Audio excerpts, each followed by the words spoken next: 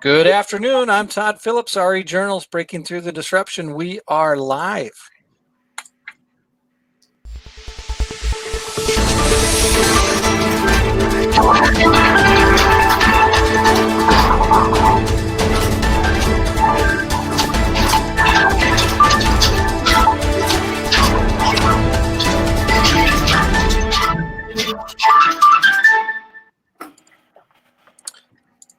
Thanks everyone for joining us today. Our topic today is multifamily. We're going to talk a little bit property management, multifamily, what's going on in the market, what's going on in the development, what are lenders doing, what are some ways we can save on operating expenses like property taxes. I'm going to start off with housekeeping items. We're at 110 people right now. I'm going to go slow through this as people log on. We're expecting 250. So thank you for joining us again. Chicagoland Multifamily, State of the Market. Thank you to Relias Law Group, RLJ, Horizon Realty Group, Kiser Group, Northwind, Windy City Real Estate, and SIOR for being a part of this. I've been repeating this over and over again. We are in the live event business. We at RE Journals. We have 6 different publications in 17 states, and we do 104 live events every year. And we miss you all dearly. We're glad to be able to do these webinars and still bring you some sense of a normalcy and get to hear from people. We can't wait to get back together, but in the meantime, we can't do this without sponsors. We can't put together all these nice webinars and put all these things done without the help of all of these people. So extra special thank you. We look forward to continuing to do this for who knows how long till we can have events again. If you have connection issues, there's a button at the top of your screen that says reconnect. That is the number one way to fix anything. So if somebody freezes up while they're talking or their audio goes away, hit that reconnect button. I'm looking at my signal right now on our dedicated server. We've got 5 bars. So if there's an issue, it's you, not me. Just like when we're dating. Kidding. There's a chat room to the right or below you if you're on your cell phone. Go in there, enter your name, company, and where you're from. Let everybody else know, and you guys can start networking. But more importantly, this is where you can ask questions of the audience.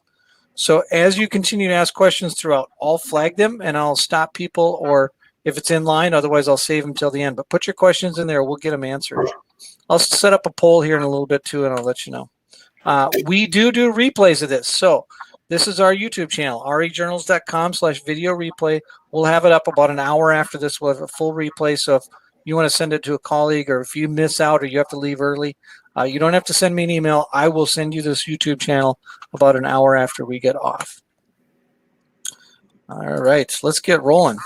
Now we're running close to capacity. I'm going to go around the room this way. I hope I did that right with my head. So Milan's going to go first, and I just asked these gentlemen to give you an idea of what they do and how they touch the multifamily industry. So go ahead, you're first. So my name is Milan Rubenstein. Windy City RE is the name of the company. I started in real estate in 1998 as an apartment manager for a small apartment building in Sherman Oaks, California. Today, I own about 2,000 apartment units, about 1 million square feet of retail, commercial, and office in Chicago, LA, Texas, Florida. And we also do our own in-house construction. So we have a construction company, a brokerage company, and I work with my wife, Amy. We live in Chicago and do mostly value-add properties. So we buy, improve, and sell. Mostly apartment buildings, but like I said, we own some high-rise office, retail, and commercial as well. Fantastic. Let's go with Aaron. Hi, thank you. My name is Aaron Metaj. I'm the Senior Vice President of Northwind Financial. We're located in Grand Rapids, Michigan. We're a direct bridge lender. We raise our capital through fixed-rate funds on Bloomberg, through bonds. We're a very niche lender. We look for projects that need rehab, renovation, or build out.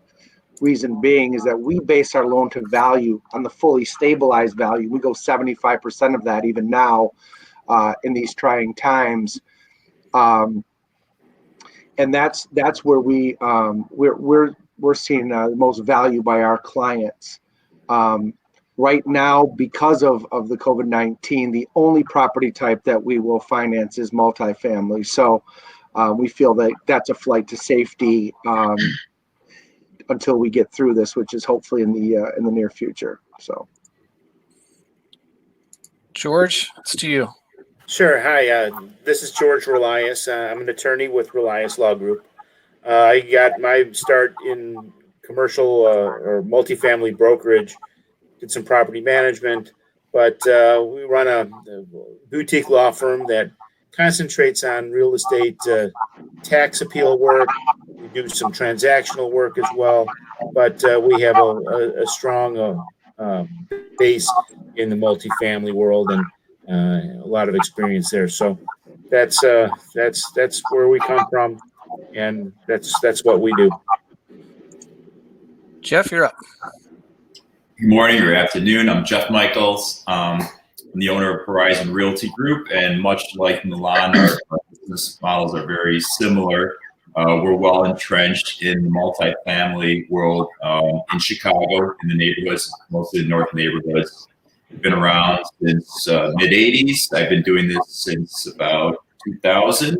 Originally, my background was practicing law in large real estate firm in Chicago, and branched over the business side of real estate.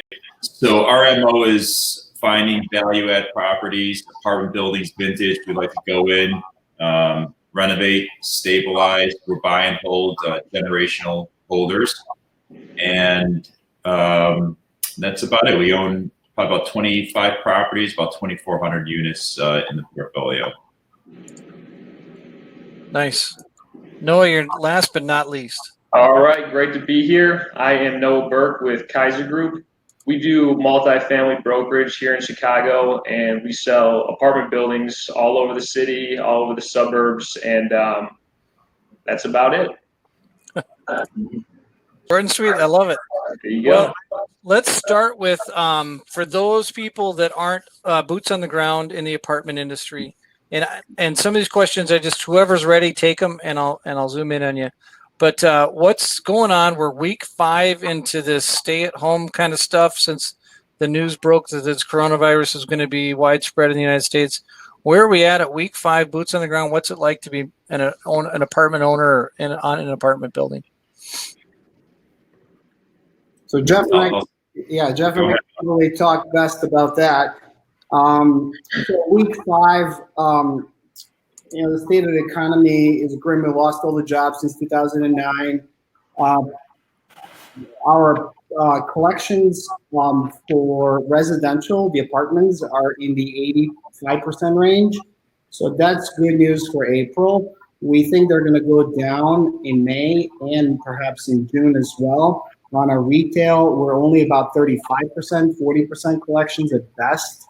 In office, we're in between maybe 70% collections. So retail is being hit the hardest, and the multifamily is still at 85% collections, pretty good. But we're getting calls every day, people saying that they're losing jobs, that they can't pay, and we're actually there's a moratorium on eviction, so they know that, and we're having to negotiate with individual tenants one by one. There's no really a magic answer to that question. Yeah, and as a lender, I'd like to kind of feed off of what Milan said. We see similar numbers in the property owners. We're talking to them. Obviously, retail's getting hit the hardest. Multifamily's doing well. Office buildings, it's that's dependent upon what city and state you're in. The one thing that we've done when we do everything, in-house, we don't do anything third parties. We've actually put a team together to work with we call them the sponsors, the owners of the buildings, to make sure that they're filling out their PPP correctly and working with the proper banks, and for disaster relief as well, to make sure that they're utilizing any and every opportunity for the governmental support, so that they can obviously not go into default. And we are intimately involved to the point where we're talking to each sponsor, each client of ours, at least 3 times a week, and working with them and helping them filling out applications, because we were talking just a few minutes before we went live, and some of the national calls that we've had, April is not a good month to determine where we're at. I think you have to take a good hard look. As Milan said, we're concerned about May. May is the month where I think we're going to get hit the hardest, and hopefully we start safely opening up so that June we have some revenues and some profits that can give these owners the ability to repay. And that all starts at the bottom, at the tenants paying. So, it's just, we have to become intimately involved with all of our clients to make sure that, the funds that are out there are allocated properly, and they're applying for them, so that everyone can get relief, so that we keep this process moving forward. Because going to a complete stop and halt here, it's going to be a lot of work getting going. And I think everyone needs to help one another in moving forward. And that's where we're at as a lender right now. And I could probably echo those sentiments also. Our experience has been very similar to that of Milan's in terms of collections. I think we collected about 88% on the residential side, and I think 45% or so on the commercial side. And yes, we're waiting for the other shoe to drop in May. It'll be interesting to see,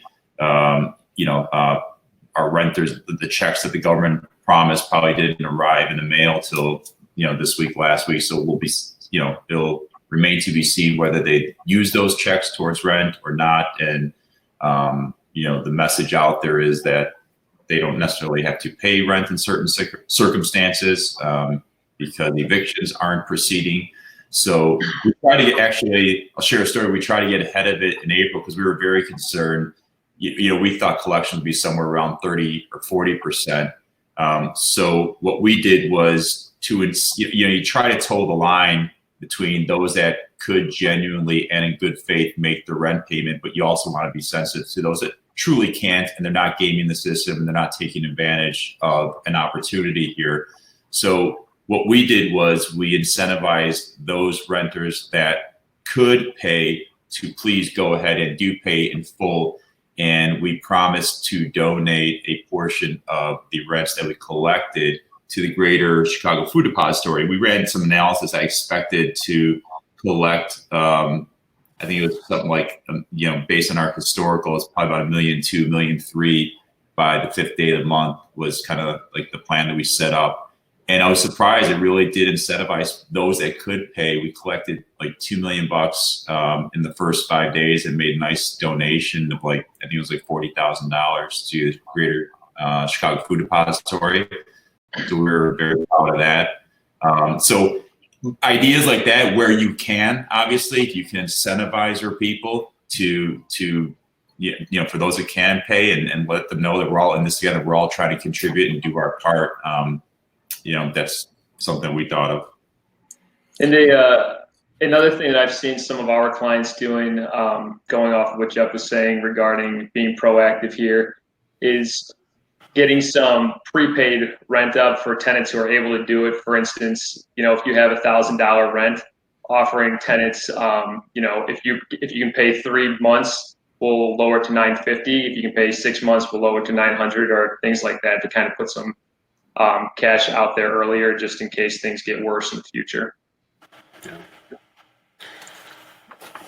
Okay, I got a question here from the audience that fits exactly in line with where I wanted to go. So I'm going to go to Chris Carter here. It says, are you seeing owners and managers needing to offer disinfection process management, COVID-19 cleaning, disinfection? And let's just also parlay that into the common areas and stuff. Have you all had to, you that own properties, have you had to redo everything and implement new stuff? Jeff or Milan? Well, definitely we've gotten calls and getting calls every day. On the office building side, that's more relevant, but on the apartment buildings, for example, if it's a larger building, 1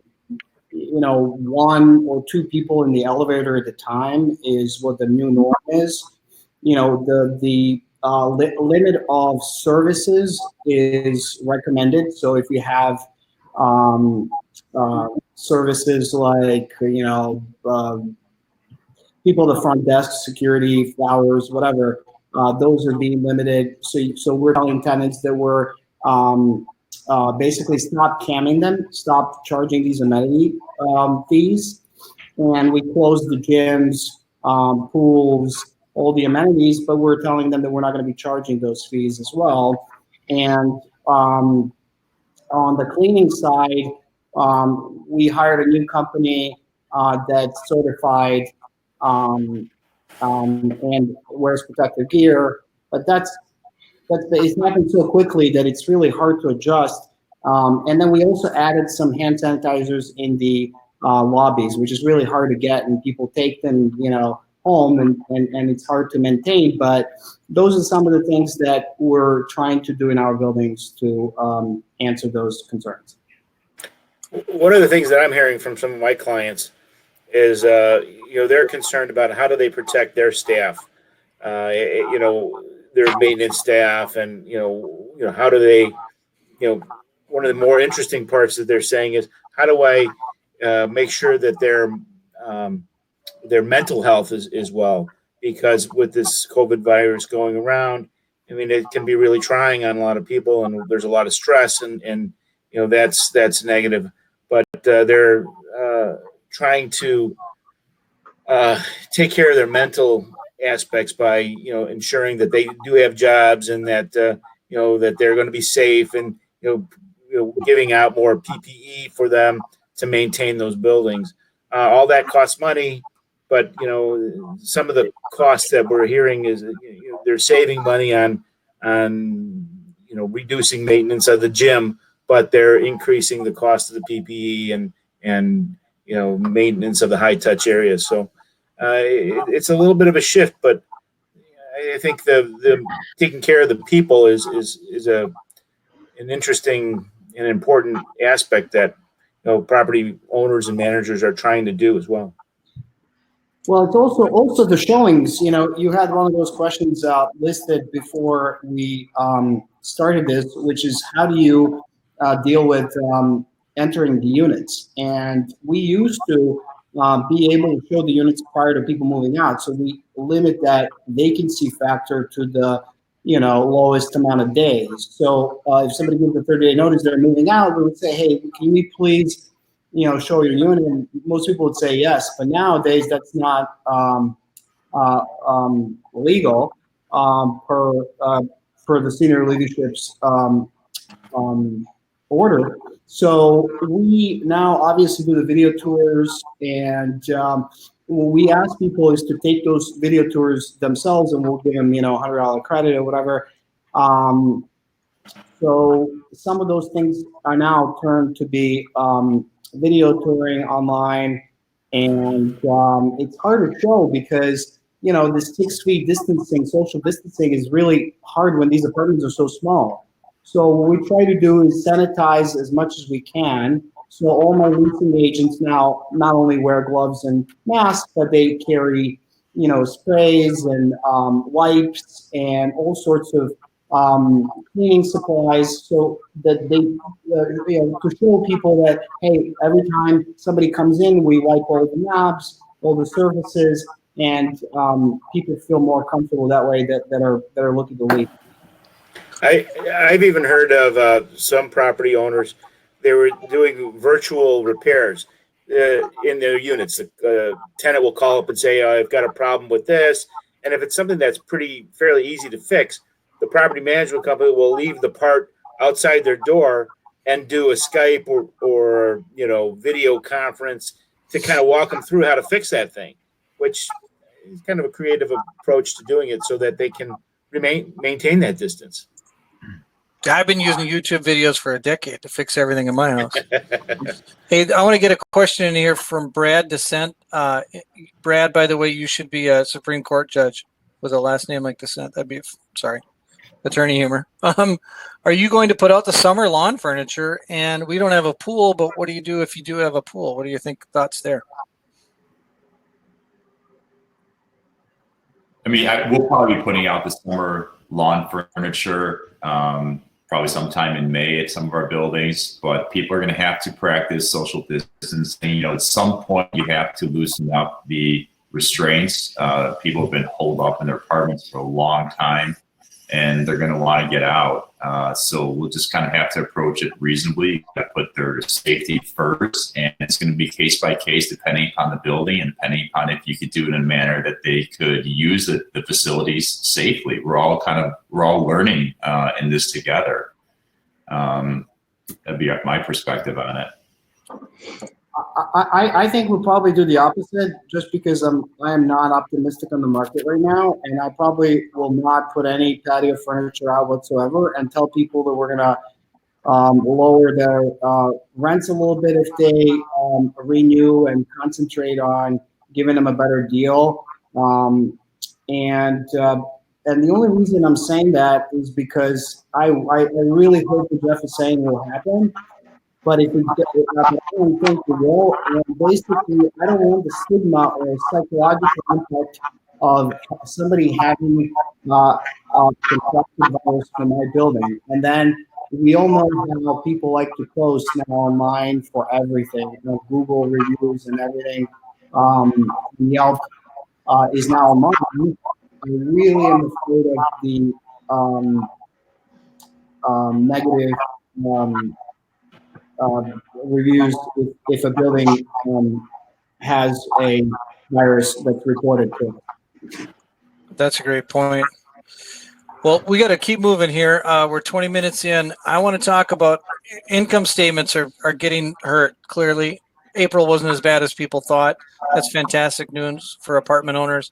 But, George, I think you had talked about what are some things we could be looking at right now to lessen the impact on our income statements. Sure. I mean, the income statements are going to be the income statements. I mean, you can't make somebody pay the rent. I mean, as much as you'd like to, you can't, not pay your vendors. So those costs are going to be the costs. But we handle a lot of real estate tax issues, and get a lot of questions about, how do I manage that real estate tax issue in this situation? And unfortunately, I don't have really good news there.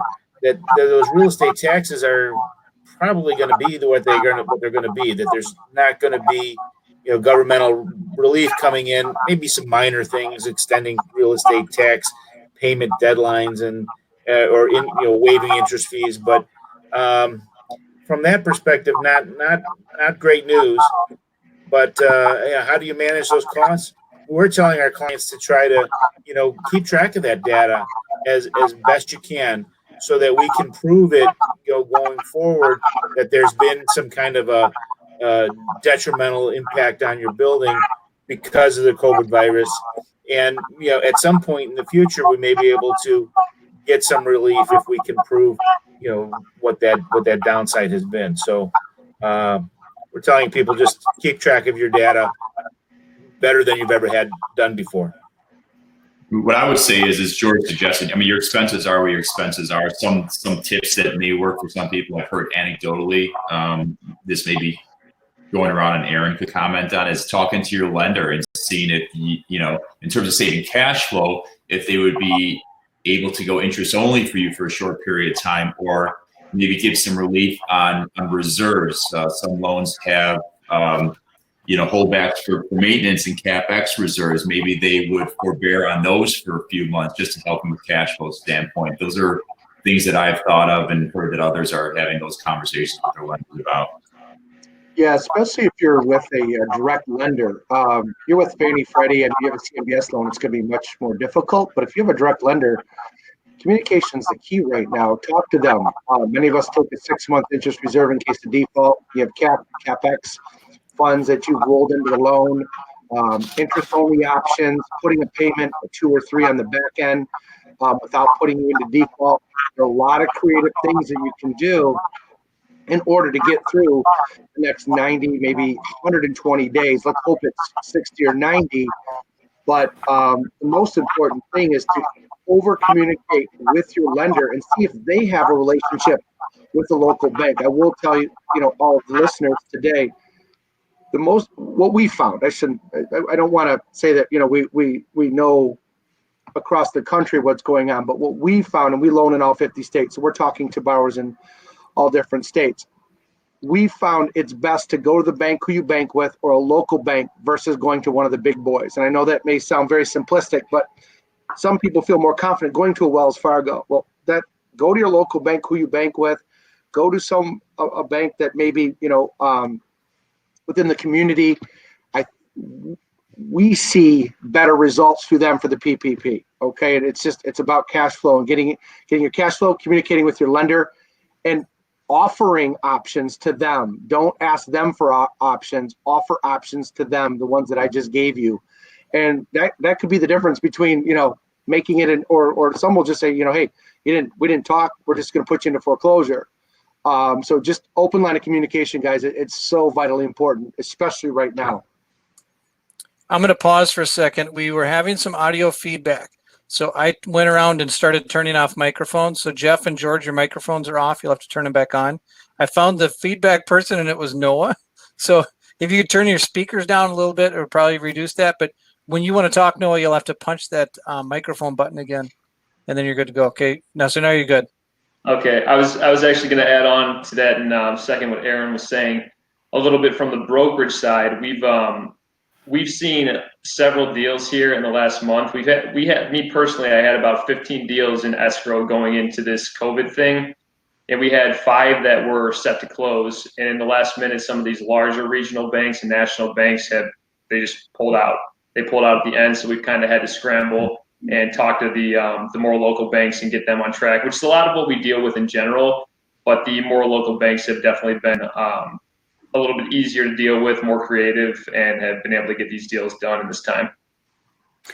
From a legal perspective, on the closings that you're kind of referencing, we found that that everybody's been pretty accommodating, at least on the transactional side, to find workarounds and make these deals happen.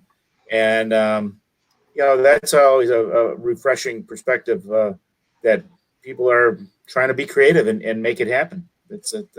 But relationships are important, and if you've got a good relationship with a lender or with your title company or whoever, it's worth its weight in gold.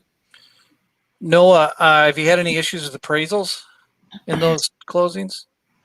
No, we and it's so early. We're talking about a couple weeks in, so appraisals have come back good. The appraisers though have been they're not necessarily going quite into as much detail as they typically do. A lot of them are kind of walking in the building, taking a quick look around, and walking out and writing up their appraisal reports. Not to throw any appraisers under the bus, but it's a different world. But the appraisals have all come back fine. We haven't seen any issues with that at all yet.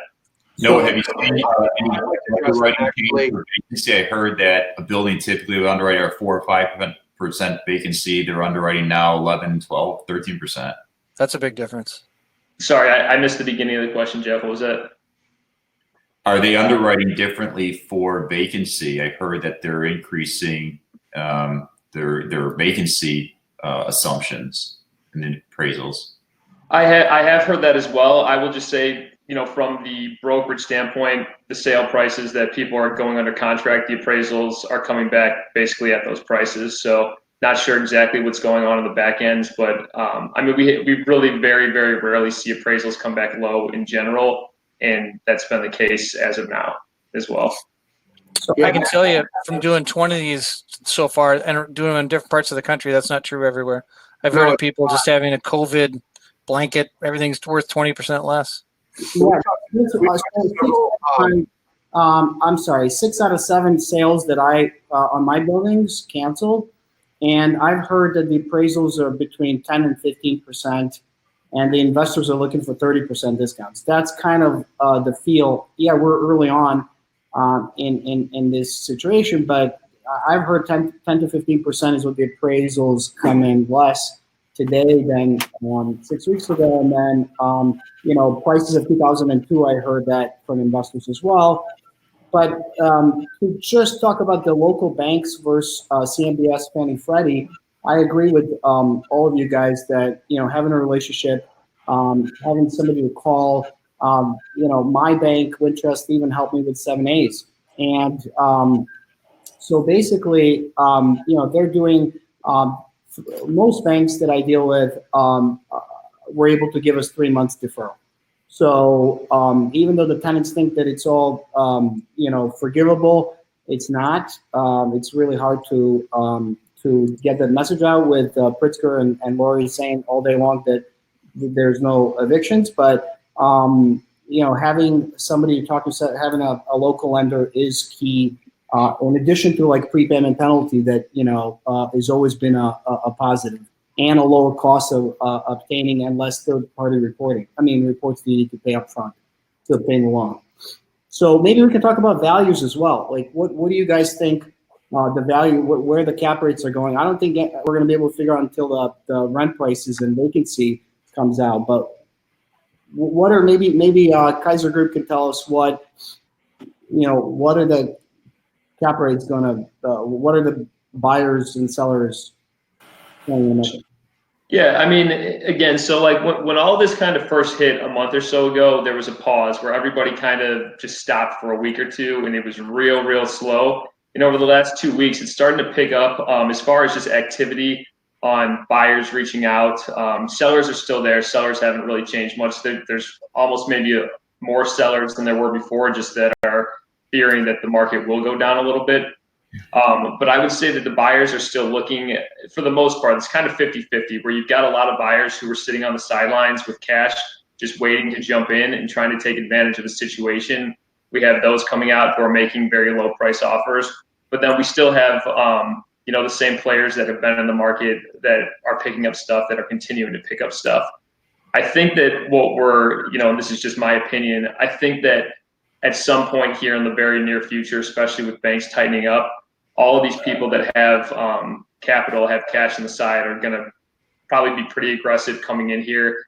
And a lot of these sellers may feel a little more forced into selling, or feel like it may be a good time to sell, I should say, just given the uncertainty in the market. That being said, values currently, it's, we're a couple weeks into it, haven't seen a bunch of super cheap deals happening, haven't seen crazy prices happening. And I don't think we will see significant differences for 6 to 12 months before people really start to feel the impact and feel the stress. Yeah, I'm hearing Yeah, I was going to say, I would talk. We had a call yesterday, a national call, and we spoke to several appraisers that handle appraisals nationally. I would start talking to your appraisers when you're ordering them and find out what adjustments they're making for the COVID. They're concerned. I will tell you that. And it's market dependent. We all understand that, but they are going to start taking this into account. It depends how quickly we get out of this and how much it affects us. And it's not just area dependent. It's obviously, product type dependent, but they will be making adjustments for the COVID. How much? Not sure yet. Again, it'll be dependent upon the area and the project type, but there will be some effect. And the quicker, obviously, the safer we get out of this, the better. But I would have for your projects, I don't think you're going to see too much for April. Again, just like the rents, May and June, I think that's when you're going to start seeing potentially some issues with values, appraisal values. Hey, George, real quick to get back to property taxes for a second, is some of that appraisal adjustment, are the assessors going to play along with that, or is there some battles to fight in the future? Well, in Cook County, Fritz Kagi has gone online to say that he's going to reassess all 1.8 million parcels in Cook County. Now, that's never been done before, and typically they reassess 1/3 of the county each year. So to say, hey, we're going to do the whole county all at once is an interesting task. How they're going to do it, the only way, in my opinion, the only way you could do that is to do it on a mass appraisal type basis where you say, okay, all properties are going to go down by 10%, 20%, whatever that factor is. And if you reduce that whole, tax base by the same amount, it really has no impact on your real estate taxes. it just shifts the burden onto the tax rate, and you pay the same thing later. It sounds good to say, hey, we're going to reduce all the assessments, but what's the real impact is, it's almost like a joke. Let's hope not. So let's talk about, we talked a little bit about deal flow maybe, but what's the construction and what's the, what are the things going on with in terms of supply of new apartment units or multifamily units? So as far sorry, go ahead, Jeff. No, I'll say I personally don't have any new construction in the pipeline. That's not really what we do. As I mentioned, what we're typically doing is going in and doing a lot of construction in terms of renovation on existing product. I haven't experienced any delays related to COVID from that regard. Construction guys are out there working. They seem to be able to get their materials, their supplies. Obviously, they're all working and trying to observe CDC guidelines, face mask, gloves, the whole 9 yards, stay away from each other, so you have less guys on the job at a time. But from our standpoint, things are still going on as normal from that regard. But again, these are smaller projects, not ground up stuff. From a lender perspective, we haven't seen the lenders that we've spoken with that would take out after the bridge. Most have halted their new construction lending. Most, not all, but they're calling a timeout right now for new construction, even on multifamily. We're not seeing many that are willing to lend right now, or at least close on new construction for the future until they really get a pulse of where we're at right now when we're getting out of this. So that's from a lending perspective.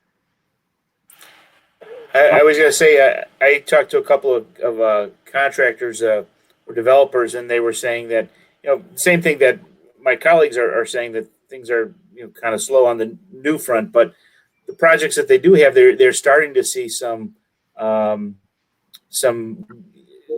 workflow problems. The pipeline of getting products. The example that I had heard from a couple of people was cabinetry, that they can't get cabinets. A lot of them, the box cabinets kind of come from China, and that supply chain just is kind of drying up. So that has caused some delays in getting some of this. And I think the longer we wait, the more supply chain issues we're going to run into. But right now, construction seems to be moving along for just general repairs, but I'm not hearing about new stuff. Exactly. I have a construction company, so I'll tell you that we because all the LOIs we had on the table for the uses, regular office use, are on hold until September for right now, and some of the calls that I'm getting today are pushed to next year, January. And so the only ones that we're doing right now are medical use. So we have OB-GYN that we're doing a TI for. We have a data center that's moving in, a couple of nonprofits that are related to the government. So retail is really now becoming more an office product. And that's what's still moving forward. And some of the insurance claims, obviously, that'll always be there. But I stopped looking at ground-up construction maybe 5 years ago because, this cycle really lasted since 2009. I mean, when did it recover in 2011 and 12? So people that are building today, 2019 and beginning of this year are people that are taking huge risks because of the downturn that I think, had coming anyway. That brings up a great point. Does anybody want to speculate, or are we at the end of a great apartment run, multifamily run? No, your client's got to be asking you, do I sell right now before things get worse? Yeah, we're definitely getting the question, do I sell right now? And that's a minority of people that are really feeling that already at this point, because most people, as we've mentioned a few times, April rents were good. So, if their buildings were functioning decently, they're hopeful that it's going to continue that way. But it's, I guess we'll see what'll happen. It's hard to tell at this point really where it's going to go. It's still a space where it has the same characteristics it's always had, where somebody needs a place to live. So I don't think it's going to feel the same impact that retail and office are going to feel outside of government stepping in or rent strikes and things like that. But we're definitely just not feeling the distress from sellers quite yet. It's interesting. There's a comment in the chat room from Ron Plonis. I think he marked it private, so you might not see it, but he says, talked with many developers this week. Most are bullish with projects in process. So contrary to what Milan said, maybe they're going to develop themselves off a cliff. Well, if he thinks that we're going to print $2 trillion every month, then yeah, I think we're going to be great shape. But I think that this smells like 2008 to me. And don't get me wrong, I'm building a $100 million fund right now to buy. So I'm bullish as anyone can be. I'm actually today raising money to buy. So that doesn't mean that I'm not going to ask for a haircut and a huge discount. That doesn't mean that I'm going to get the prices I want for my buildings today. So that's all I'm saying. I'm not saying I'm actually pretty excited right now and full of energy to go out and buy. But those are going to be buys that I did in Pilsen in 2010, 11, and 12, where I was buying units there for $50,000 a unit and selling in 2019 for $150, $200 a unit. So for me, it's going to be great because I want to make money. But I don't think that we're going to go back to normal anytime soon. I think the difference this is different than 08 in that we had the overall economic fundamentals were good and solid. The economy was booming. GDP was doing well. So maybe, it's just me being optimistic. I think if you were bullish on multifamily sector before all this happens, you should still be bullish because obviously there's going to be a bump in the road. We don't know there's going to be a 3, 6, or 12-month bump in the road, but there's certainly going to be a bump in the road. But I think the recovery here, I'm hoping and thinking will be sooner than the recovery that we experienced from 08. That's my feeling. I think we'll take that. I'm getting back to the chat room here. Keep asking questions. Yeah, this is great. I like the interaction. This one comes from our esteemed colleague, John Mickey. John, you weren't listening in the first couple of minutes, but just to get back to it in case anybody else missed it, what's going on with the common areas? Are y'all closing them off? And is that something that's going to be permanent? I mean, not permanent, but semi-permanent for a while? Yeah, I mean, certainly common areas have been closed, like in our buildings, and we do have one senior living facility up in Evanston, and those were immediately shut down. And that's a facility where we also have a dining room. We serve meals. That was all shut down, and we're doing in-room dining.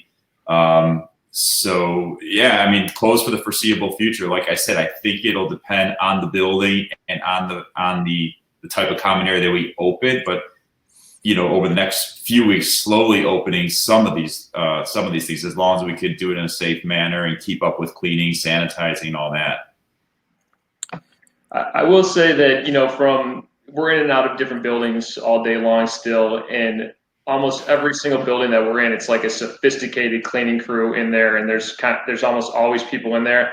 And I've actually heard from several owners that certain parts of their businesses or employees that have become somewhat obsolete in this time, they've transferred them into like quality control roles of watching over the janitorial staff and making sure that these doorknobs are constantly being sprayed down and things like that. So just kind of figuring out a way to stay on top of this stuff. We've definitely seen a lot of that. You need 5 people just to Zoom now. There you go. Say that again, Jeff. I don't think we got it. You need 5 people just to show you how to operate Zoom now. Amen to that. Okay. Somebody asked a good question. Yeah. Right now, somebody asked about senior living, and I know Jeff owns some. I only have student housing deals. And what I heard is that the self-storage now is actually a great product because people are downsizing, and that's like in every downturn, I think self-storage and mobile parks do really well. But I wonder how the values are going to be affecting senior living right now with this pandemic. I think that my fund, my opportunity fund, my downturn fund will probably look at hotels, retail, and senior living. Gutsy. I like it. Well, like Anybody want to someone else comment? before, at the end of the day, seniors, they need a place to live, which is the positive. So, we're doing everything within our power to come out of this unscathed. And that's the important thing. If we do, I think it would bode well for us going forward. There's always going to be a demand, I think, for senior living, especially as our population is aging. I don't think COVID changes that, because it's sort of a forced situation. At some point, certain seniors, they just cannot live on their own. They have to go to this community style living for their own safety, where they can be watched over, fed, and all that stuff. You mentioned storage. There was an article that just came out a couple of days ago where the operators of the parking garage, I think below Millennium Park, are talking about converting that to storage facilities. And the light bulbs went off in my head. I got plenty of parking garages where they're 50% occupied, and I think that's a great idea and something that I'm going to look into converting those to storage facilities. People just don't have cars anymore. That's a good take. I think this question here from John, and I'm not going to try to butcher his last name, was maybe aimed at Milan about getting excited about buying some distressed properties. But are the distressed funds out there? And maybe Noah, you can touch on that too.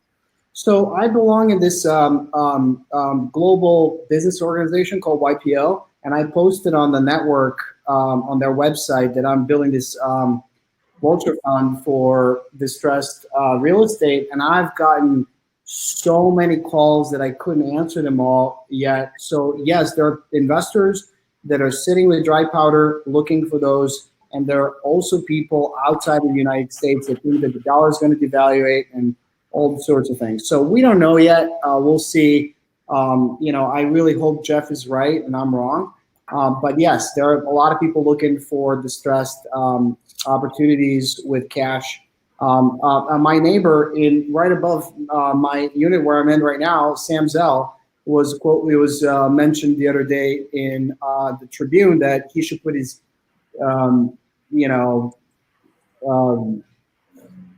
work hat on and use his $5 billion he's sitting on to do what he does best, which is buy low, sell high. So I don't know. I don't think that this vaccine is going to come out for the next, people say soon, but it's probably going to be at best 18 months, and then we have a 50-50 shot. The last vaccine that came out was 4 years in the making for SARS and one of those. So I think downturn is coming. Yeah, I agree. I think you're going to really see it. And to your point, the opportunities are going to be there in hospitality and retail, especially hospitality, hotels over the next, probably starting in 90 to 120 days for the next year and a half. You're going to be looking at some deep discounts, some serious haircuts on projects. We raise our own capital through Reg A Plus funds. And, we've had talks as well, what we're going to do with some of these opportunities that are going to be out there. But it's going to be a really tough period for certain aspects in the market. And I'm really concerned about hospitality. I really am. And when we see a consistency in having the public out there with enough money, without liquid to go out and to travel and to get into hospitality and to retail again. We're not sure when that's going to happen. So I think you're going to see a lot of distressed opportunities out there coming in probably starting in 90, 120 days, people looking to sell. And that's kind of on the long as well. Well, Aaron, and probably for Jeff and Milan too, how are you going to underwrite this stuff? I mean, we've never seen a hit to income statements like what's going to happen. We're not taking anything. We're not going to look at hospitality or retail. No, I mean in the apartment world even. How are you going to underwrite that? Well, can you get a loan today for an apartment deal? We do. We're one of the few. So if you want me, I was on a call yesterday, national call with other lenders and appraisers, and it was pretty. We have over 100 people on the call, and right now lenders are one of three things: they're either insolvent, they've halted lending, or they've reduced their guidelines to the point where they're really not lending. So there are very few of us out there. We're very niche in the fact that we look for projects that need rehab, renovation, or build out. So we're looking for projects that are being purchased under value and with a significant equity upside. So, Milan, to your point, what you're doing, I think we're very similar in just kind of slightly different spaces. So we're doing it, but we're not doing it just for your standard apartment building. So how do we underwrite it? We're underwriting it looking at a significant upside, but we do things like put in interest reserves for payments for 6 to 9 months. Then we also have a second interest reserve in case of default. We've significantly increased that. So our protections, our insurance policies within our fund, within each loan, we've increased or significantly increased. And that's our flight to quality. But I don't know when we're going to look at hotels again or strip malls unless they have a national credit tenant, office building.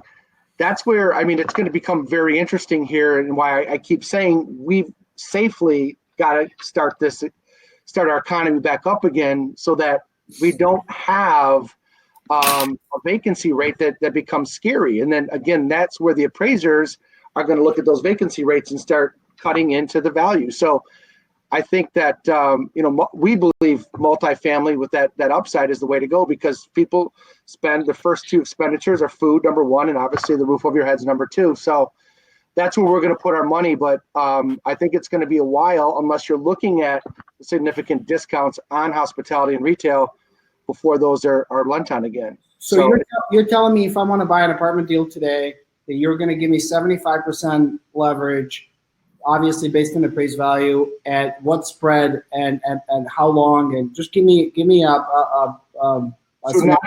So we don't do it on the as is value. We do it on the fully stabilized value. So we want you to find an apartment building where as is, let's just say 2 million, you're getting it for a 1.2, 1.25, but ARV is 4, and you have to put in $500,000 to 750. What if it's stabilized? You wouldn't see value in our fund at that point. We'd be too expensive for that. So what are your spreads then? What's the 11% interest only, right around there, 10, 11. Yeah, but that's almost like hard money. I'm talking about traditional lending. I really want to know. Can you We're the alternative to an equity partner. We're for someone who. So you're talking about CMBS loans. What are they going to do? Is that your question? No, I'm talking about a regular apartment investor that wants to buy my property, or me. I want to buy somebody's property. What can they go out and get regular traditional 2.25 over LIBOR debt today at 75% leverage? Yes or no? I'll chime into that. I just refinanced a couple of buildings. I'm actually under contract to purchase another pretty large one. So the answer is, as Aaron is saying, like, there's the CMBS market is going to be a lot tighter. If you want to get a deal done, I think what you're going to have to do is go to your community banks. It's going to be based on relationship lending right now. You're going to have to come in with a low LTV. You're going to have to offer recourse. And if you have a stabilized asset, then you can get a deal done. To answer your question, Milan, I think spreads right now, they're probably about 225 to 250. If you have a very strong relationship, you can probably get it 200 over 5 years, 7 year, whatever you're looking to do. We locked the rate at sub 3% on a significant deal. But again, recourse, lower LTV. So that's where the market's going to be. I think you're right. I think the only people that are getting deals done are going to be gold-plated borrowers and at a lower leverage and full recourse. That's the only way to get a deal done today. I think you're right. Do you think we're going to have just a question for everyone? Do you think we're going to have a negative rates like in Japan or ever here or now? Or do you think that's going to happen? Or, I mean, we're at Treasuries at 0, right? So what's the future of the Treasuries? I think rates will stay relatively low for the foreseeable future. I mean, that's what's doing this entire market. Once rates start going up, that's when we're really going to see a mess, because that's the only way these deals are making sense. That's my opinion. Yeah, you asked about Japan. We did a webinar with a world-renowned economist, and I asked that very question. Are we going to have a lost decade? And it depends on what this recovery looks like. If we have another jobless recovery and they keep pumping money in, like you said, Milan, if it's another 2 trillion, another 2 trillion, another 2 trillion, it's scary stuff. Hey, Noah, you're closing deals. What are the banks? Are they lending right now on your deals? Yeah, I mean, kind of like Jeff was just saying, it's relationship based. Like people that have strong relationships with local lenders are getting these deals done. Freddie Mac and Fannie Mae are still lending, but they've tightened up like significantly. Where people were able to get 80% LTV before, it's now up to 75% at a minimum, and then on top of that, they're putting like 18 months of escrow payments up. So it's basically making somebody that was going to come to the table with a 20% down payment, more or less like a 40% down payment, which is limiting borrowers significantly from that standpoint. But again, the local banks are definitely out there and definitely willing to get more creative, and we're seeing deals close. All right, we've got 5 minutes left. I want to go around the horn and get final thoughts from everybody. If you want to get a question in the chat room, I always will copy the chat room and send it to all of the participants, and they can answer questions offline too for you. So just because your question doesn't get answered doesn't mean it won't in the future. We are going to put this on YouTube. I'll flash that up real quick. So if you missed something, you can find it here. If one of your colleagues wants to see it, that's where you can get it. And by the way, the 5 of you are all now YouTubers. You've been officially indoctrinated. Hopefully we get more than 50 views. We'll see. Okay, so let's go around the horn. Milan, I'm going to start with you again. Final thoughts, Joe, and I don't want to butcher his last name, but there's a question here that says, what are the positives that you think we'll see about the way people live, work, invest, et cetera, that otherwise wouldn't have happened? So maybe let's end on a good note and close with some positives. Maybe I should go last then. So I think that the corporate debt was, how we're going to go to get to the downturn. And I think that people have to think about leverage. And we are all entrepreneurs at heart. I'm sure that every person, 200 people that are on this webinar right now are all entrepreneurs at heart. And basically, we love risk. That's how we are different than other people. And I think that the big question is, how do we, look at leverage in the future? I think people are not going to realize that, hey, when something like this, I didn't imagine could happen, that everything stops. How do we prevent that in the future? How do we learn from our mistakes? How do we become better, stronger, bigger? And I think one thing I learned from the last downturn is, don't be over leveraged. I'm 55% overall LTV, and basically, or whatever value is today. So I think that I learned that from the last downturn. I'm going to give that advice again. And I think that social distancing, I'm European, so I like to kiss on the cheek 3 times or 2. And I think that I'm not going to be doing that anymore. So those are my thoughts, and thank you for having me today. Everyone stay. Thank you. Aaron, it's to you. Thank Parting you. Yeah. thoughts. I think the thing that we're going to learn from this the most, I think we're going to have to get creative. We're going to have to get creative to get out of this. In every regard, from the lenders, the buyers, the sellers. Leverage will be an issue. I think we're gonna have low leveraged loans coming out. People are going to be very conservative, and I think it's going to be up to us. I think it's going to be up to us to get out there, work together, buyers, sellers, brokers, lenders, everyone. And I think we're going to realize through May that we got a pretty good hill to climb. And I think everyone's up to the challenge. I really do. I see a lot of positivity in this. People wanting to work together. I think they understand that, listen, it's going to take everyone working together to get out of this thing. This is a pretty big deal, especially when you see, we've mentioned a couple $1 trillion that we're pumping into the economy. So it's going to be an interesting time. And I think everyone's going to learn that you're going to have to work hard, fight through it, and get creative to get out of it, and get out of it sooner than later, because that's the key. I know I've said it 3-4 times, but the key is to get out of this sooner than later. And it's going to make a big, big difference how quickly we get this economy started. Fingers crossed. George, it's to you. Yeah, sure. I'm going to take kind of a more philosophical bent on this and say, I think the positive that we're going to see coming out of all this is I think people are going to be more concerned about or more appreciative of the relationships they have with other individuals. and with the relationship with their bankers, with their brokers, with their lawyers, they're going to have a newfound appreciation, I think, for that connection that they can have. And I think you're going to see more people being a little more conservative about what they're looking at and how they're handling their money and how they're handling, their things in life. It's I'm kind of optimistic about that. I think it could be a good thing. Jeff? Yeah, two thoughts. One, like George, a little more philosophical. This is a little different than, this tragedy is different than like what we experienced in 08. Back then it was, Wall Street pitted against Main Street. And now it's like, no one caused this. We're all in this together. This affects everybody.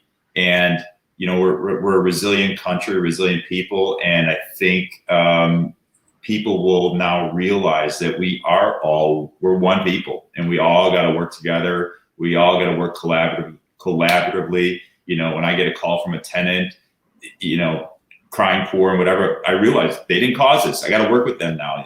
This is just a situation that we're all in together. No one caused it. That's number one. Number two, just going back to Joe's question, because that was staring at me in the eye and what the positives will be. I think, at least I realized, we could get a lot done like remotely with this video conferencing. And maybe not for everybody. In a lot of industries, though, you can. I think it'll create new cottage industries or new ways of doing business. I was talking to one of my yoga tenants who's basically shut down, and we're saying how this has to be the new norm. You're going to have to offer remote yoga classes and charge maybe not full rate, but 50 or 75% rate, and get additional revenue from doing, video yoga and video medical services and everything else. So maybe new cottage industries will pop up and present opportunities for additional revenue in traditional businesses that they just didn't realize was there. That's great. I lost my around the horn. There you go, Noah. Noah's going last. Turn your microphone on again. I think that I really do fear what's going to happen here with retail and office and even single family homes, how those markets are going to be affected, and I think that we will see some serious negativity. I still am very, very bullish, and maybe it's a little self-serving, but I think multifamily is a rock solid place to be at this point. As far as Mr. Smaz's question over there about long-lasting positives, I'm a bit of a germ phobe already, so I really appreciate everybody's use of hand sanitizer these days, and hopefully that keeps up. That's wonderful. I love it. Well, thank you, everybody. This is probably one of the best calls we've done out of the 20 or so webinars. I agree with the comments about, webinars are here to stay.